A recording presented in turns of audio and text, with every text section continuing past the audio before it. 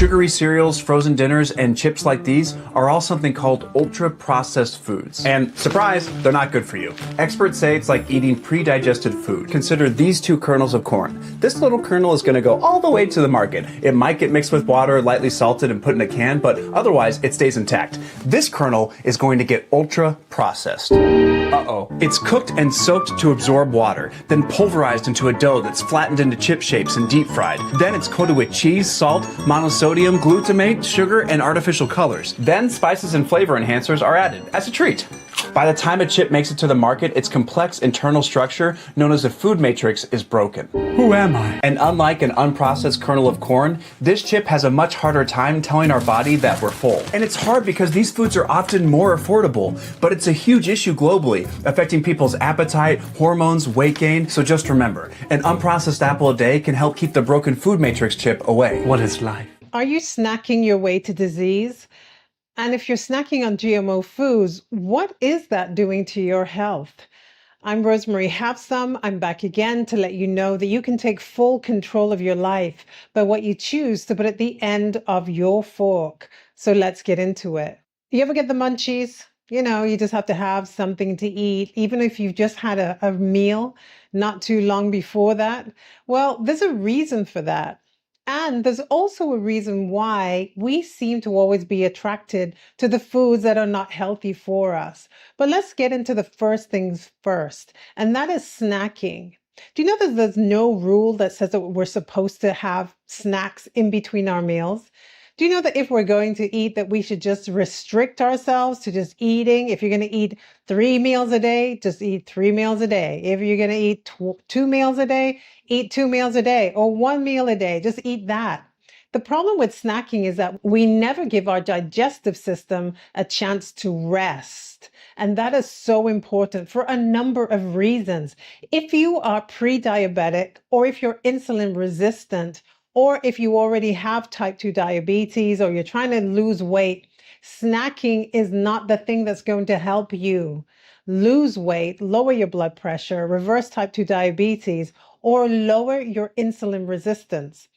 The thing about snacking, let's just get into the fundamentals of what that's doing. Every time you eat, your digestive system is called into work. Okay, so that could go from as little as eating a piece of bread, chewing gum, or drinking water. It's all the same. You are going to experience your digestive system getting ready to work. So the acid will start bubbling in your stomach, getting ready to start to digest the food that's coming or that is anticipated to come. Once that happens, everything goes into movement. So that means the stomach starts churning and starts to digest the food. And then that goes into your small intestines and it takes out all of the nutrients. And then the waste goes into the large intestine and then you excrete it. But here's the thing. If you're eating multiple meals a day, that is continually starting that digestive program, which takes between 4 and 6 hours. So your stomach doesn't get a chance to rest. Your intestines don't get a chance to rest. And it's constantly in action. So what that's doing is it's causing the body to not fully be able to rest. Now, here's the kicker. If you're adding GMO foods to that cycle of continuous grazing, what's going to happen is that the body then has a harder time trying to break down GMO foods because the body doesn't recognize it.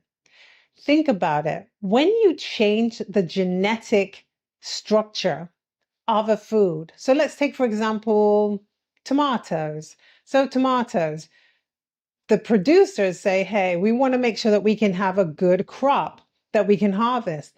And sometimes we're not able to get rid of the pestilence that causes the tomatoes to rot easily. Or once we've harvested the tomatoes, then maybe they're just going bad quicker than we can get them to the shelves for people to buy in the stores. So when they genetically modify it, now we have a better, bigger crop and we're not losing as much. So that's better money, better bottom line.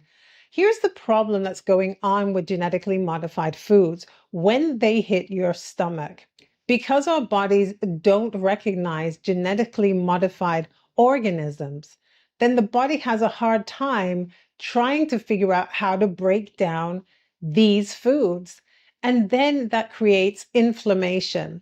It also creates dysbiosis, whereas the stomach and the stomach lining and the lining of the gut become inflamed because they don't know how to treat this foreign food. That then affects how we think. It affects our brain and how our brains work. And the problem with that is that it's going to be affecting critical thinking, and especially in the frontal lobe of the brain, where our mores and morals and ideas come from. We then affect that. And the problem then is that in addition to that, we're also creating an atmosphere where the body does not react to antibiotics.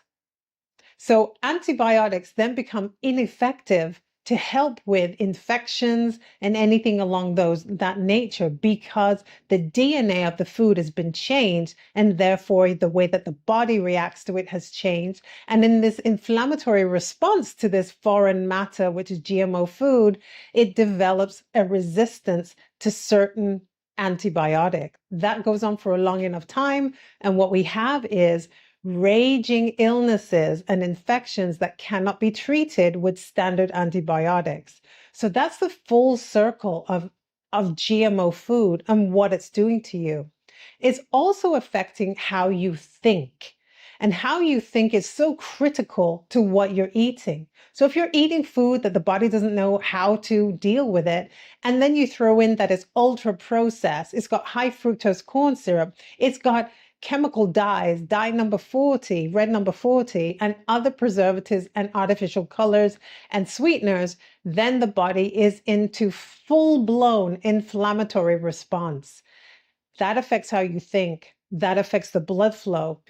All of your body is important, but if you don't have ideal blood flow going to your brain, you're going to have difficulty, you're going to have brain fog, you're going to have difficulty concentrating and then making decisions based on what you're eating. And that is the problem with GMO foods. The vegetable that improves blood flow and oxygen to the brain is beets. The fruit that reduces oxidative stress and supports memory is grapes. The herb that clears mental fog and supports brain clarity is rosemary. The spice that reduces brain inflammation is turmeric. The fat that helps eliminate toxins and supports brain cell repair is avocado. We're finding that with research, we're seeing that men are developing estrogenic characteristics the more that they eat these genetically modified foods. The testosterone levels are going down in men. The birth rate is going down in the United States and around the world, and especially in Western countries. We're also seeing too that there's also a lack of interest in sexual function in a lot of male populations, and that then is affecting whether or not people are having children. There's a whole circle of life of problems when it comes to ingesting GMO foods. So don't let it fool you. Yes, we have been eating genetically modified foods for a long time. Just think about bananas and different types of wheat.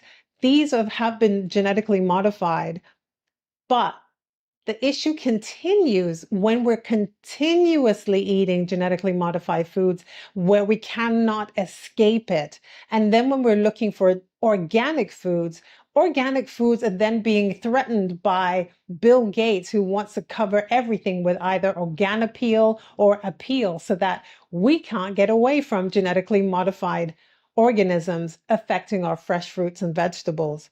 So what can you do? Because if we look at it and we jump down the rabbit hole of information, it's very, very disturbing, and it's also very negative. Dark chocolate, 6, granola bars, 4, dried fruit bars, 5, nuts, 7, homemade popcorn, 8, cookies, 2, movie popcorn, 3, roasted chickpeas, 9, potato chips, 1, fresh fruit.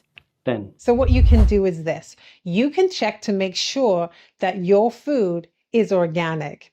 Go to a local farmer. have conversations and relationships with people who still farm and harvest without using dangerous pesticides or genetically modified seeds. There are still some farmers who exist who don't believe in using genetically modified foods and genetically modified seeds. So look into that. The other thing that you can do is to make sure that you're hydrated, you're getting enough sleep, and that you are attempting to have as much organic food as possible in contrast to the genetically modified foods. A number one rule of thumb is to cut down on the ultra processed foods. And the seed oils. Seed oils are just inflammatory gardens. It doesn't matter what the American Heart Association is trying to tell you or the FDA. They are wrong. They're not telling you the truth. Inflammatory results come from using seed oils like canola, corn, and vegetable oils. These all affect your heart health. These all affect your stroke risk. And these all affect your ability to think and move about the world as a free thinking, independent person. Do your research. What do you think about genetically modified foods and snacks? Oh, and did you know too that snacks are mostly ultra processed, which then includes genetically modified organisms?